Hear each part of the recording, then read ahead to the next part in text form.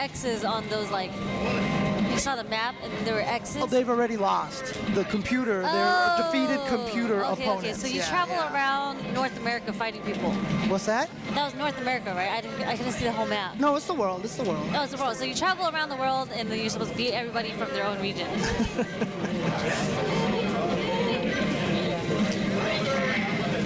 See, the only reason why I'm hating and talking shit is because chat likes to talk shit. So since I'm at SuperArcade, I can talk shit back, and it's a very few times that I can do that. This isn't a CPT tournament, so you're allowed to say what's on your mind, James. Exactly. Let them know.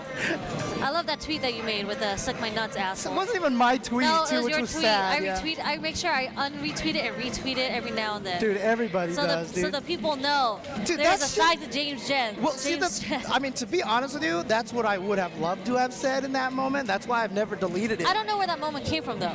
I thought I told it to you. I told you the story before, right? Did you? Yeah. You didn't have well, to who do retell you me the use, story. Clockwork's dad? If you use Honda, I'm dead, right? But if you use anybody else, I should be able to fight you. I want to do that. Let's do this, Clockwork's dad. I'll play you with some ST. This isn't Street Fighter World Warrior, though. This is Street Fighter Hyper Fighting.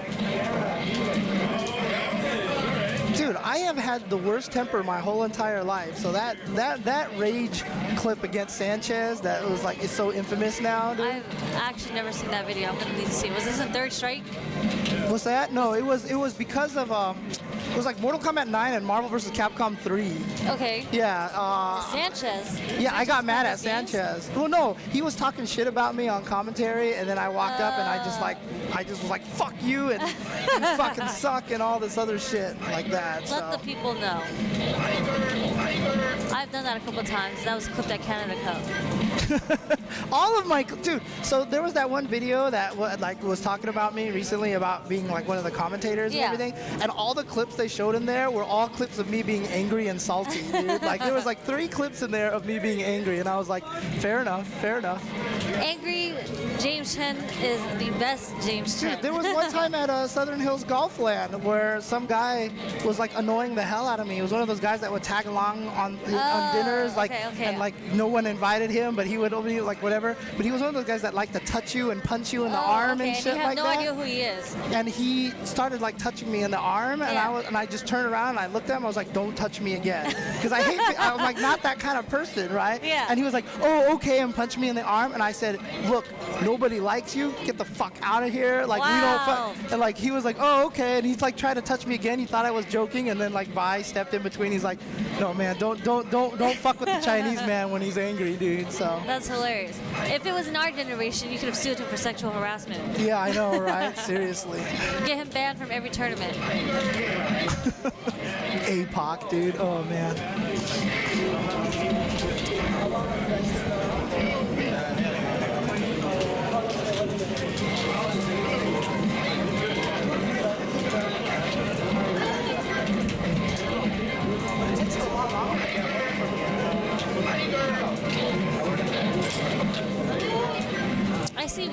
I see this is where we get the whiff short from in Street Fighter 4, where the Ryu players whiff short just to make you think that they're throwing a fireball to bait you to jump. Strategy hasn't changed that much.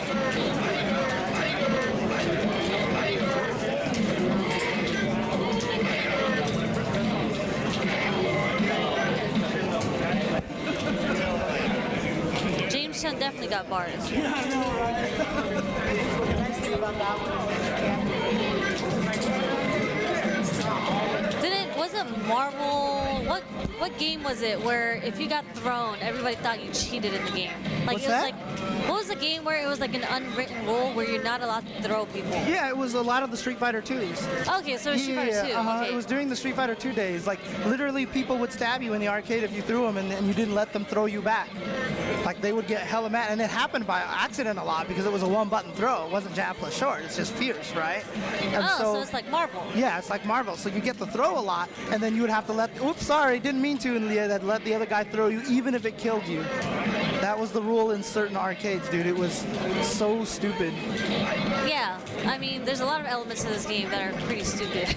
Yeah. Well, that's the thing, is that there's so many things that are so equally broken in this game that it all balances. Makes it balanced, right? Mm-hmm. I mean, that's my argument for Street Fighter 5.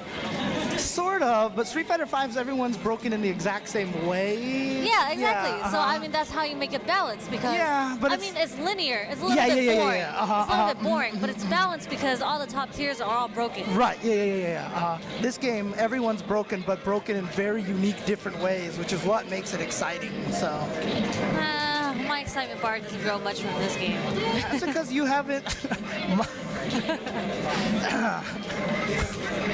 All right. Anyways, there's definitely some Arcappa material here there for that. I'm triggering James Chen Yeah, right I know. now. No, I have so many comments that I want to make, but I'm not gonna do it.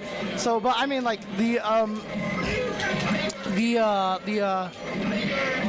this game, there's a lot of adrenaline in this game because of cool things like the uppercuts and stuff like that. And adrenaline because just landing uppercuts and hitting walk-up uppercut feels so good, you know?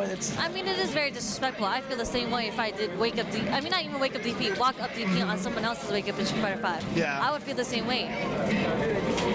Dude, 100%, Akuma is not banned in Super Turbo. Vega is not banned. Old Sagat is not banned. None of those guys are banned. They just don't play him because of honor. That's just it. And I've seen Akumas in tournaments in Japan before, and everybody roots against him. AKA, you're a scumbag if you play this character. Right. That's the same thing as playing Bayo in Smash 4. Bringing other games into these references. Also, someone asked me if E-League was scripted. E-League was never scripted. Oh, you're talking about the challengers thing, right? Yeah, the challenger. None of it was scripted. All of it was real. Okay. Eric Tetley, of course, is basically one of my longest friends. So you can see him right here, standing right there. That's Eric right there. Okay. I've known him since Hyper Fighting days when we actually played this game. And eventually I got him into a job at Symantec with me, and we worked together. Okay. And, we used to hang out all the time. And he's the guy that I used to play Guilty Gear for like 12-hour days with. We would sit down and play Guilty Gear. He played Zappa and Dizzy and like Testament, and I played Johnny, and you know we would just get mad at each other. Well, so I don't like any of those characters that you mentioned. The only character that I care for in Guilty Gear was Zato. Zato? Oh, because you want the execution character. It's not even just the execution. You have your little pet. And it's all about the setups. That's what I like to see. People getting hit by the cheap shit.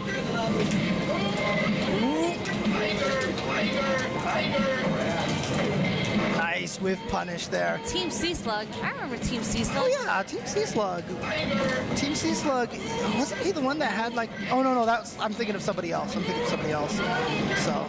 C-Slug was there during the Street Fighter 4 days. I remember seeing him at old school SCRs in UC Irvine. I remember commentating one of his matches on stream. Oh, there it is! The two-hit combo of the jump roundhouse and the tiger knee. Hell yeah! That did mad damage. Dude, that combo was so good. OG.Ken versus EggsnBaconnn, or EggsnBaconnn. Vampire Savior. I've never played that game either. Dude, I know there's a Yeti in that game, right? Yeah, well, there's a Sasquatch, yeah. Sasquatch, there you go. But that game is broken as fuck. Like, if you don't like hyper fighting, you might not like Vampire Savior, because there is no regard for anything that the opponent does. Everything is super safe, and I mean, as much as I say I hate these games, right? I feel like if I learn the characters with all the broken crap, I will have. You'd have fun. Exactly. I would 100%. I would enjoy doing all the stupid cheap stuff to everybody else. Honestly, the way that you played Viper and the way that you like rushing people down with Viper is exactly what this game is about.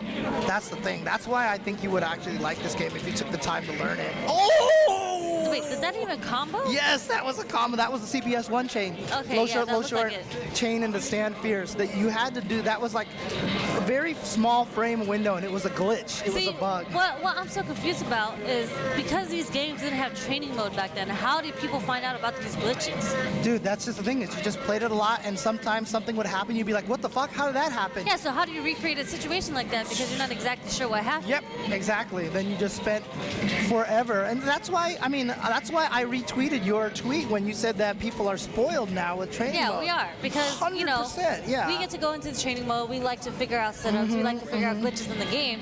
But when I watch, you know, I tweeted that after going to the arcade to play Hyper Right, Fight. yeah. And I was like, how the hell do people figure out how these games work without spending massive amounts of quarters. Dude, and I guess that's just what what happened. they did. That Yeah, is you just spent exactly massive what amount of they did. quarters. Yep. They just spent quarters and you know, like I said, I swear I still claim I know the guy who found Guile's handcuffs, and I'm not the handcuffs, but the magic throw.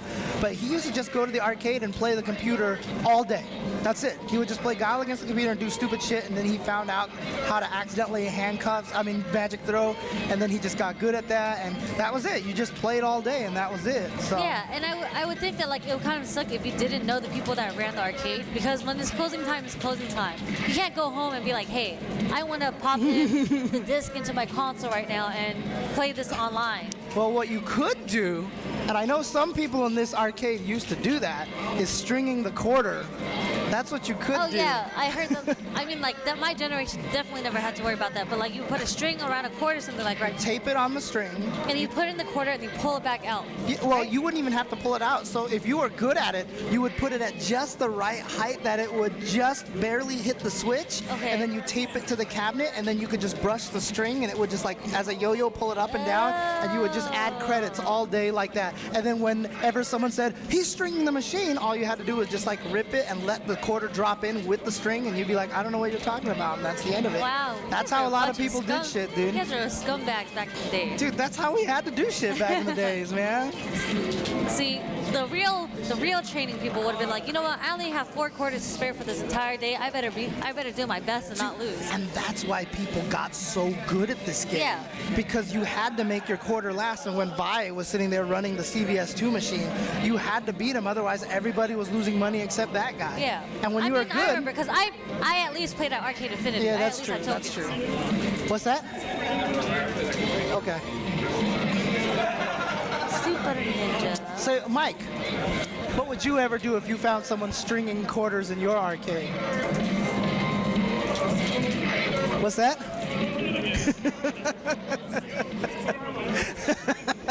I appreciate that answer. I just asked Mike what he would do if he found someone stringing quarters in his arcade. So and he would tell him not to do he it would again. like tell him not to do it, and then just that's it, because it's karma. Because 100% he used to do that back then. And he's Yeah. not even the one that I was talking about earlier. He did tell me like previously, some kid came in here and tried to tag up one of his machines, and Oh. then he chased after the kid, and it like dang. trapped him. Like they like circled him because the other homies got into the car and they circled the kid, and he's like, you better get your ass back there and wash that machine, like, you know, clean it up. And the kid actually did it because he was terrified. That's awesome, dude. Good shit.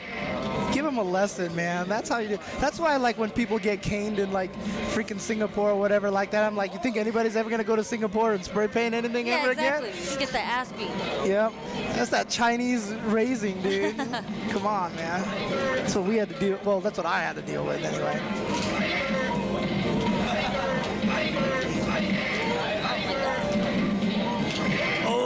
Gets the uppercut. And that's also the other thing too. The hit sounds, they sound so gutter. Like they just have this guttural sense to them. And so when you uppercut someone out of the air, that shit felt good, dude. I honestly, so